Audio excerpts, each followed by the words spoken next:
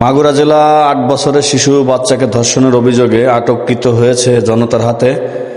ওর মেয়ের শ্বশুর দেখেন এই কুলাঙ্গারের বাচ্চাকে মাজাপন্তু গেড়ে পাথর নিক্ষেপের মাধ্যমে হত্যার সবার জন্য এই আগুল আবেদন করতেছি সবার পক্ষ থেকে।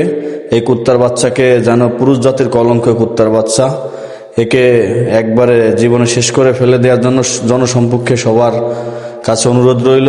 পুলিশ প্রশাসনের দৃষ্টি আকর্ষণ করছি, দ্রুত এর বিচার চাই। কুত্তার বাচ্চা পুরুষ জাতির জন্য একটা কলঙ্ক। কি নির্মম কাজ করেছে, কি নাবালক বাচ্চা, একবারে দুধের বাচ্চাকে এরকম করেছে, ধর্ষণ করেছে। এর কঠিনতম শাস্তি চাচ্ছি।